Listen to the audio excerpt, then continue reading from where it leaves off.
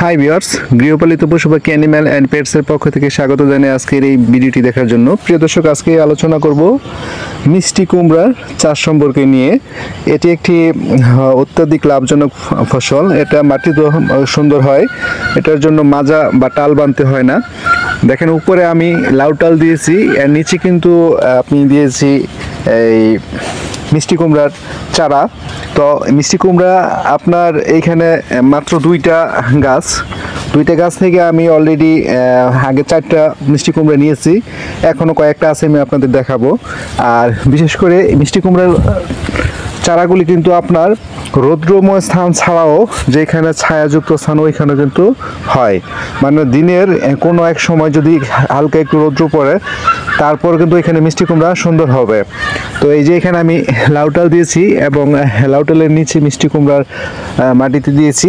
তো একই সাথে দুইটা লাউ এবং আপনার মিষ্টি কুমড়া চাষ কীভাবে করবেন সে বিষয়ে আলোচনা করব। তো প্রিয় দর্শক, এই যে এখানে দেখতে পাচ্ছেন আমি লাউ টাল দিয়েছি, এটা মোটামুটি আরও কয়েকটা লাউ গাছ মাত্র টালও উঠতেছে। তো তার 10 থেকে 15 দিন আগে আমি এই মিষ্টি কুমড়ের বীজটা দিয়েছিলাম মাটির মধ্যে। তো এই যে এখানে দেখতে পাচ্ছেন যে একটা মিষ্টি কুমড়া হয়েছে, আমি পলিথিন দিয়ে রাখছি ডেকে। তো এটা ডেকে রাখার কারণ হচ্ছে যে পলিথিন দিয়ে দিলে ছোটো করা যখন হয় তখন কিন্তু বিভিন্ন ধরনের পোকা মাকড় এই মিষ্টি কুমড়ায় আপনার এই ক্ষতি করতে পারে না। তো বিশেষ করে আপনি যদি মিষ্টি কুমড়া চাষ করেন মাটিতে, তাহলে আপনি লাভবান হবেন। একই সাথে উপরে দিবেন লাউ এবং মাটিতে দিবেন মিষ্টি কুমড়া। এই যে এখানে একটা, এই যে এখানে আরেকটা মিষ্টি কুমড়া সুন্দর করা গেছে। তো তারপরে আমি কিন্তু এখান থেকে আরও অনেকগুলি মিষ্টি কুমড়ার আপনার এই নিয়েছি খাওয়ার জন্য এবং বিক্রির জন্য। এই যে এখানে দেখা যায় আরেকটা, আমার কাছে কিন্তু উপরে এখনো লাউ ধরে নাই, কিন্তু মিষ্টি কুমড়া কিন্তু ধরে গেছে ঠিকই।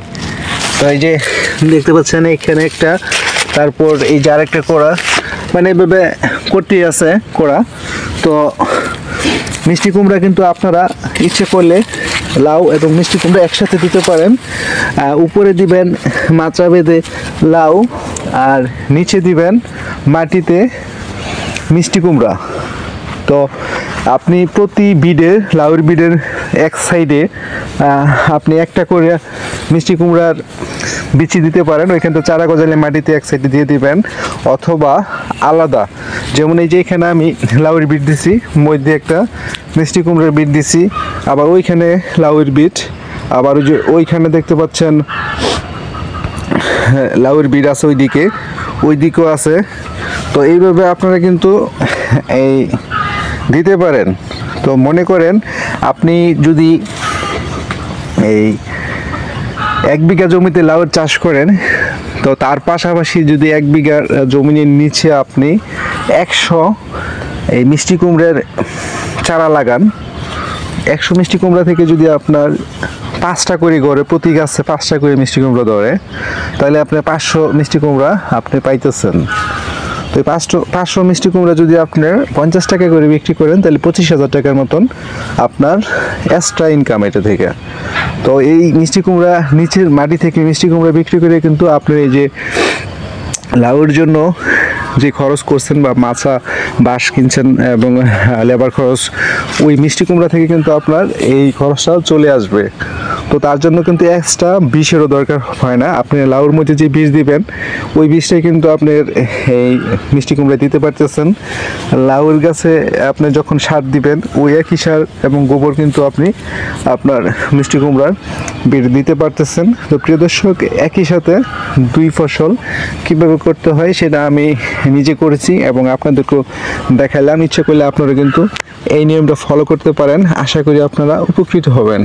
তো প্রিয় দর্শক, ভালো থাকবেন।